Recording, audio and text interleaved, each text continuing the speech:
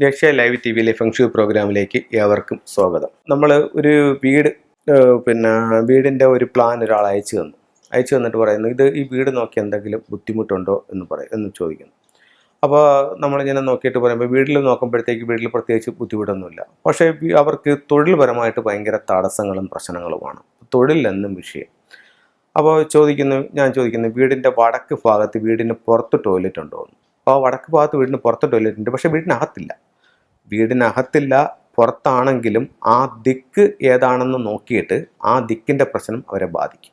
ഒരു വീട് വെച്ചിട്ട് വീട്ടിനകത്ത് ടോയ്ലറ്റേ ഇല്ല, ഒരു സ്ഥലത്തും ടോയ്ലറ്റ് ഇല്ല, വീടിൻ്റെ പുറത്താണ് ടോയ്ലറ്റ്. വീടിൻ്റെ പുറത്ത് ഏത് ദിക്കിലാണ് ടോയ്ലറ്റ്, ആ ദിക്കിൻ്റെ ദോഷം അവരെ ബാധിക്കും. മനസ്സിലായില്ലേ? അപ്പോൾ അതുകൊണ്ട് ഇപ്പം നമ്മളുടെ വീടിൻ്റെ ഓരോ ദിക്കുകളിലും പുറത്ത് വരുന്ന ടോയ്ലറ്റും നമ്മുടെ ജീവിതത്തെ സ്വാധീനിക്കും.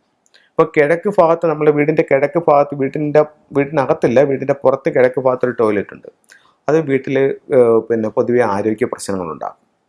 വീടിൻ്റെ തെക്ക് ഭാഗത്ത് വീടിന് പുറത്തൊരു ടോയ്ലറ്റ് ഉണ്ട്. അത് നമുക്ക് വന്നിട്ട് നമ്മളുടെ പേര്, പ്രശസ്തി, ഇതെല്ലാം നഷ്ടപ്പെട്ടു പോകും. വീടിൻ്റെ വടക്ക് കിഴക്ക് ഭാഗത്തൊരു ടോയ്ലറ്റ് ഉണ്ട്. അത് വിദ്യാഭ്യാസത്തെ ബാധിക്കും.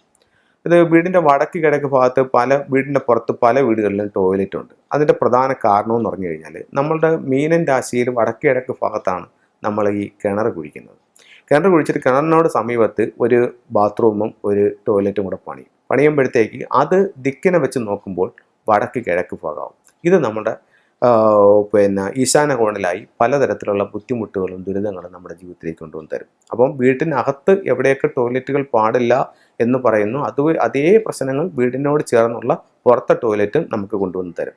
അപ്പോൾ നമുക്ക് വീടിൻ്റെ ഒരു വാസ്തുമണ്ഡലം തിരിച്ചിട്ട് ആ വാസ്തുമണ്ഡലത്തിൻ്റെ പുറത്താണ് ഈ ടോയ്ലറ്റ് എന്നുണ്ടെങ്കിൽ അത് നമുക്ക് പ്രശ്നമില്ല. അപ്പോൾ ഇത്തരം കാര്യങ്ങളൊന്ന് ശ്രദ്ധിക്കുക. ഓരോ ദിക്കിലും ടോയ്ലറ്റുകളുണ്ടെങ്കിൽ അതിന് നിങ്ങൾക്ക് അതിൻ്റെതായിട്ടുള്ള റെമഡികളുമുണ്ട്. അതിൽ ഏറ്റവും ശ്രദ്ധിക്കേണ്ട 2 ദിക്ക് ഈശാനകോണും കന്നിമൂലയും. ഈ 2 കഴിയുന്നതും ഒഴിവാക്കുക.